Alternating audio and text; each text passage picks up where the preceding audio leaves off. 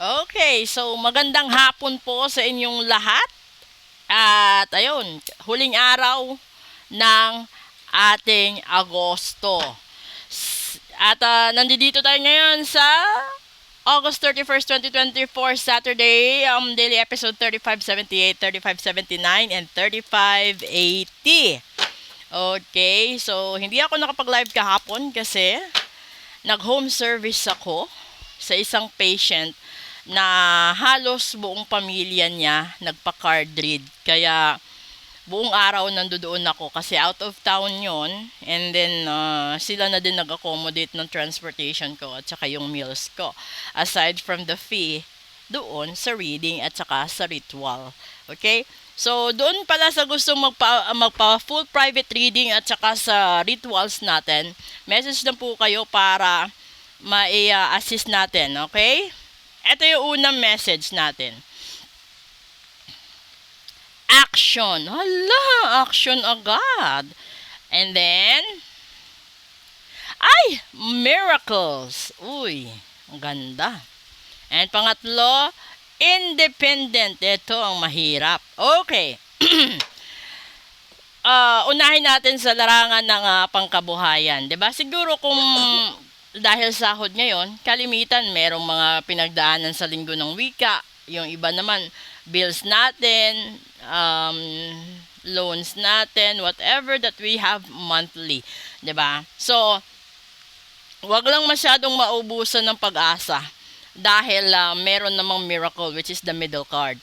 Ngayon nga lang, no, yung ibig sabihin niya dito, pag gumawa ka or inaksyonan mo yung dapat mong gawin, matatanggap mo yung mga miracles na karapat-dapat at hinihiling mo para sa'yo, sa mahal mo, at kailangan mong maging independent. So, ito yung risk dito.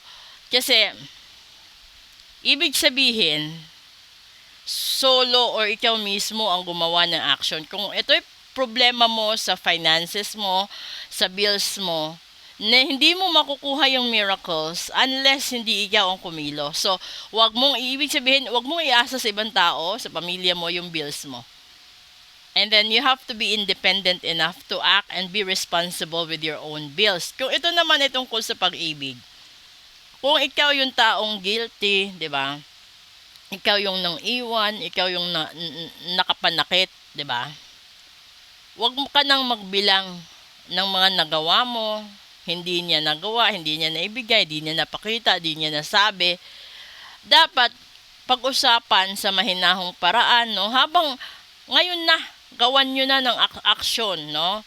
Para maging masaya kayo pareho and then maging malaya ang pagmamahalan ninyo.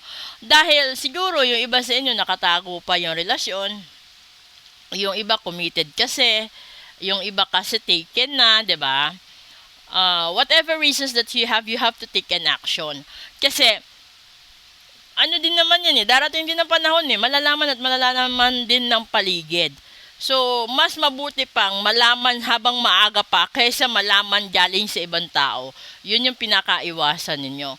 And then, kung nagkataon, dalawa yung mahal mo, di ba? Timbangin mo kung sino. Kasi kahit sino sa kanila, may masasaktan ka. May magiging masaya, may masasaktan, 'di ba? May manghihinayang, pero ando doon yun yung process ng healing, which is the miracle itself is the healing process. And then by the time that healed ka na, ando doon na yung independency mo, ando doon na yung pagiging malaya mo, 'di ba? Pwede ka na agad magtanggap or tumanggap ng manliligaw or manligaw ulit ng iba. Ganun yon. So, everybody, you need to take an action. This is our daily episode. Tignan natin mamaya sa special episode kung ano ang ibig niyang sabihin sa barahang ito. Okay? Thank you.